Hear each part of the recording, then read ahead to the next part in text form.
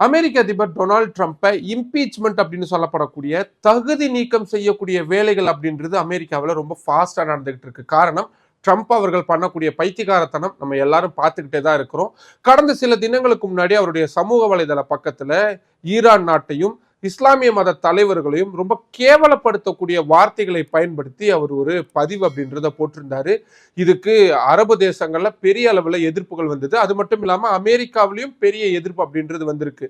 அதனால அவருக்கு பைத்தியம் பிடிச்சிருச்சு, இனிமேல்ட்டு அவரால் தொடர்ச்சியா நாட்டை நடத்த முடியாது அப்படின்ற முடிவெடுத்து அவரை தகுதி நீக்கம் பண்ணிடலாம் அப்படின்ற மாதிரியான காய் நகர்த்தல்கள் நகர தொடங்கியிருக்கு. இதுல ரொம்ப சுவாரஸ்யமான விஷயம் என்னன்னா, ட்ரம்ப் அவர்கள் அங்கம் வகிக்கக்கூடிய ரிப்பப்ளிக் பார்ட்டியில இருக்கக்கூடிய நாடாளுமன்ற உறுப்பினர்களும் இதுக்கு ஆதரவு தெரிவிச்சிருக்கிறாங்க.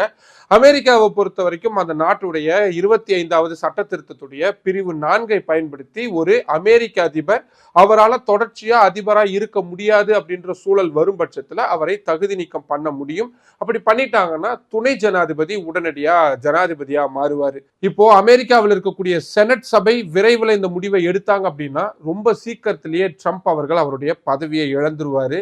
ஆனா ட்ரம்ப் அவர்களை பொறுத்த வரைக்கும் அவருடைய பதவியை தக்க வச்சுக்கிறதுக்காக என்ன வேணாலும் பண்ணுவாரு.